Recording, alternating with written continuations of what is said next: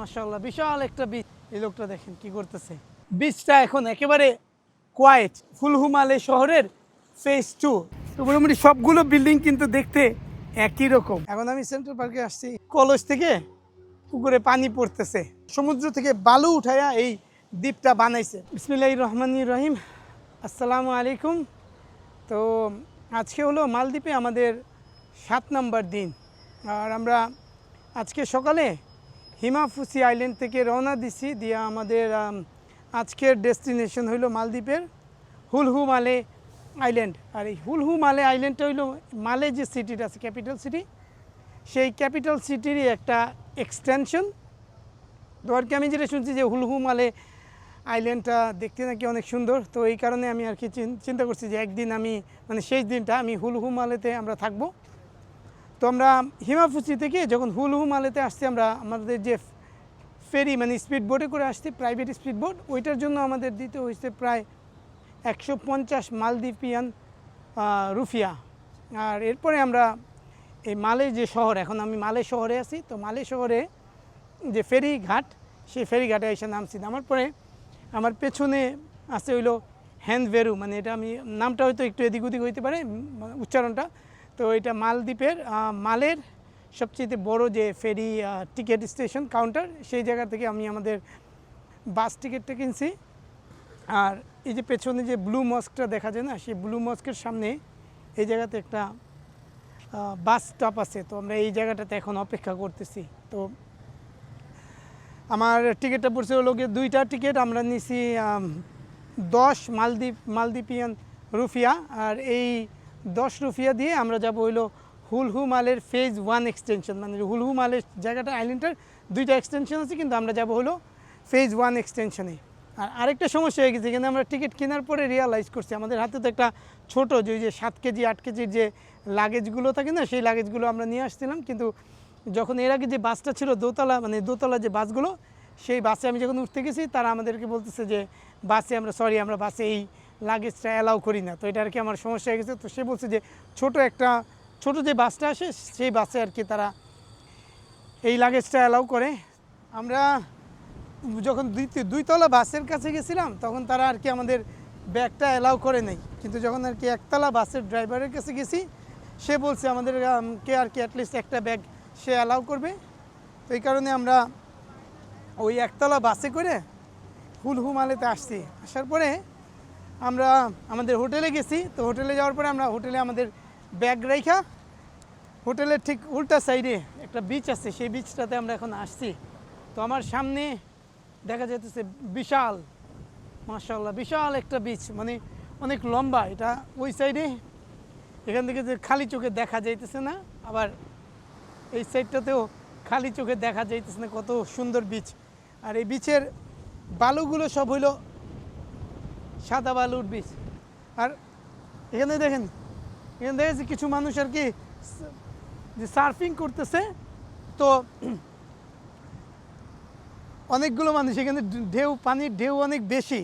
তো আমি আর কি আমি হয়তো আমার মতো মানুষ পানিতে নামবেও না। তো আমি এখানে দেখতেছি কেউ আসলে পানিতে নামতেছে না, কিন্তু ওই মানুষগুলো তারা সার্ফ করতেছে। আর এই বিচটার আর কি সৌন্দর্যের একটা জিনিস হলো যে বিচটার ডান সাইডে হইলো সমুদ্র, আর বাম সাইডে একটা রাস্তা আছে, জাস্ট একটা গাড়ি যাওয়া আসা করতে পারে এরকম রাস্তা। রাস্তাটার পরে হইলো একটার পরে একটা হোটেল। সবাই দেখেন এখানে আমার পেছনে এই লোকটা দেখেন কি করতেছে।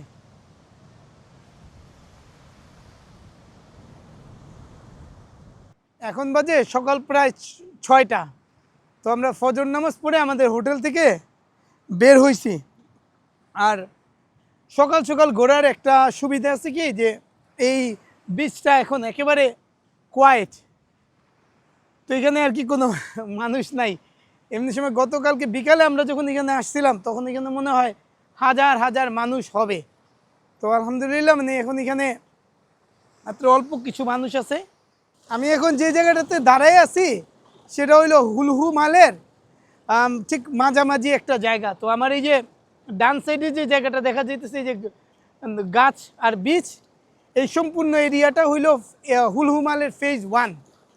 আর বাম সাইডে যে এরিয়াটা দেখা যাইতেছে আমার হাতের, মানে এই যে এই বড় বড় বিল্ডিংগুলো, তো এগুলো হলো হুলহুমালে শহরের ফেজ 2। তো এই ফেজ 2 শহরটার মধ্যে এটা আর কি অনেকটা মানে রিসেন্টলি সরকার এই প্রজেক্টটা নিছে। তারা আর কি এখানে এই সমুদ্রের মাটি ভরাট করে এই ফেজ 2টা বানাইছে। তো এখানে ওই বড় বড় বিল্ডিংগুলো দেখা যেতেছে। আমি এখন ইনশাল্লাহ সেই জায়গাটাতে যাবো। আর এখন দেখেন এখানে যেহেতু আর্লি মর্নিং, মানুষ অনেক কম, এখানে অনেক আর কি যে মালদ্বীপের বয়স্ক যারা আছে তারা আর কি সমুদ্রে সাঁতার কাটতেছে। আমার পেছনে দেখেন মাশাআল্লাহ কত সুন্দর একটা মসজিদ।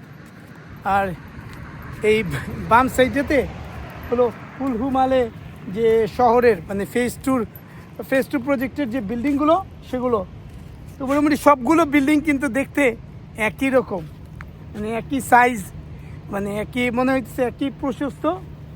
যেমন এই সাইডের যেমন বিল্ডিংগুলো আমি দেখাচ্ছি, যে এই বিল্ডিংগুলো যেমন দেখতে একই রকম, ওই সাইডের যে কয়টা বিল্ডিং আছে সেগুলো একই রকম। আবার এদিকে দূরে যে বিল্ডিংগুলো দেখা যায়, মানে একসাথে 2-3টা বিল্ডিংয়ের স্ট্রাকচার হলো একই রকম।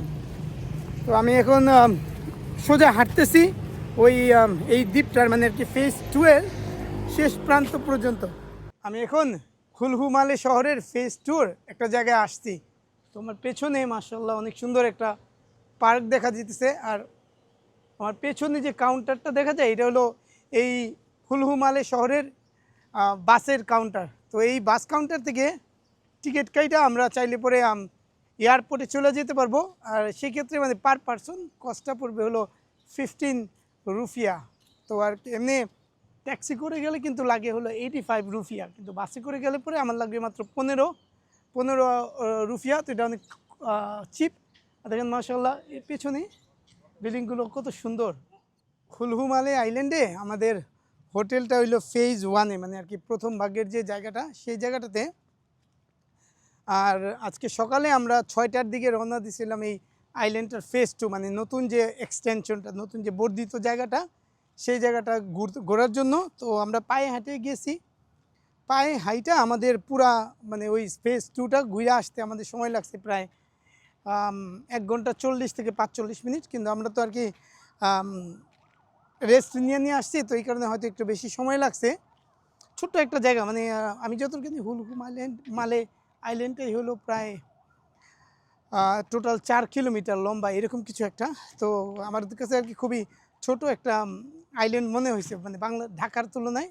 তো আমি এখন যে জায়গাটাতে আসছি সেটা হলো যে হুলহুমালে আইল্যান্ডের ফেজ 1-এর সেন্ট্রাল পার্ক, মানে এই জায়গাটা বলা হয় সেন্ট্রাল পার্ক। আর এখন আমি সেন্ট্রাল পার্কে আসছি। এখানে দেখা যাচ্ছে ওই সাইডটাতে হয়তো মোস্ট প্রবাবলি স্কাউট কিংবা এরকম কোনো একটা অ্যাক্টিভিটি কিছু একটা চলতেছে তাদের। আমি ডিটেল জানি না, কিন্তু আমি দেখতেছি আর কি তারা প্যারেড করতেছে। ওখানে আর্মির ইউনিফর্মও দেখা যেতেছে।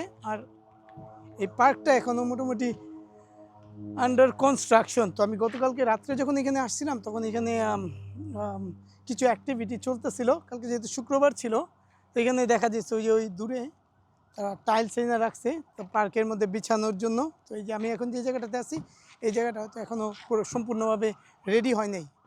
পার্কের মধ্যে এখানে একটা সাইন আছে, আই লাভ হুলহুমালে। এই জায়গাটাতে একটা পুলের মতো তারা বানিয়েছে, একটা পুল। আর এই পুলের নিচে আছে হইলো একটা পুকুর। তো এই পুকুরটাতে কচ্ছপ আছে, তারপরে মাছ আছে, আর সাথে সাথে ওই দূরে কলস থেকে পুকুরে পানি পড়তেছে। মাশাআল্লাহ পার্কটা আর কি আমার কাছে অনেক সুন্দর মনে হয়েছে, মানে খুব পিসফুল। এখানে কোনো তেমন নয়েজ নাই। এখন বাজে সকাল 10টা। আর আমরা একটু আগে আমাদের ব্রেকফাস্ট শেষ করছি। শেষ করে আমাদের হোটেলের ঠিক বাইরে এই যে বিচটা আছে, সেই বিচটাতে আমরা হাঁটাহাঁটি করতে বের হয়েছি। আর আমার হোটেল হলো এই যে পেছনে যে লাল রঙের বিল্ডিংটা দেখা যায়, সেই লাল রঙের বিল্ডিংটা হলো আমার হোটেল। আলহামদুলিল্লাহ, মানে হোটেলটা খুব ভালো একটা জায়গায় পড়ছে। আর এটাকে বিশ্বাস করা যায় যে আমি এখন যে জায়গাটাতে দাঁড়ায় আছি সেই সম্পূর্ণ আইল্যান্ডটাই হলো একটা ম্যান মেড আইল্যান্ড, মানে মানে এটা হলো তারা কৃত্রিমভাবে সমুদ্র থেকে বালু উঠায়া এই দ্বীপটা বানাইছে। মানে মালদ্বীপের যে ক্যাপিটাল সিটি মালে, সেই মালের জনসংখ্যা অনেক বেশি, মানে আমাদের পুরান ঢাকার মতো। তো এই কারণে কি করছে যে তারা ডিসাইড করছে যে মালের আশেপাশে আরেকটা দ্বীপ বানানোর মানে চিন্তা করছে তারা করে, তারপর তারা সমুদ্র থেকে বালি উঠে এই দ্বীপটা বানাইছে। আর তারপরে দুইটা আইল্যান্ডের মাঝখানে একটা ব্রিজ তারা নির্মাণ করছে, সেই ব্রিজটা দিয়ে তারা মানে এক আইল্যান্ড থেকে আরেক আইল্যান্ডে যাওয়া যায়। তো আলহামদুলিল্লাহ মানে আমাদের এই আইল্যান্ডটাও অনেক ভালো লাগছে। আমাদের আজকে ফ্লাইট হলো বাংলাদেশে, মানে আমরা আজকে বাংলাদেশে চলে যাব দুপুর 1:15-তে। তো আমাদের এখনও কিছু সময় বাকি আছে, মেবি আরও 1 ঘন্টার মতো। তো আমরা হয়তো আগামী 1 ঘন্টা এই দ্বীপটাতেই বৈশা থাকবো আর জাস্ট সমুদ্রটা এনজয় করার চেষ্টা করব। তো আমি আমার আজকের ভিডিওটা এখানেই শেষ করতেছি। আসসালামু আলাইকুম।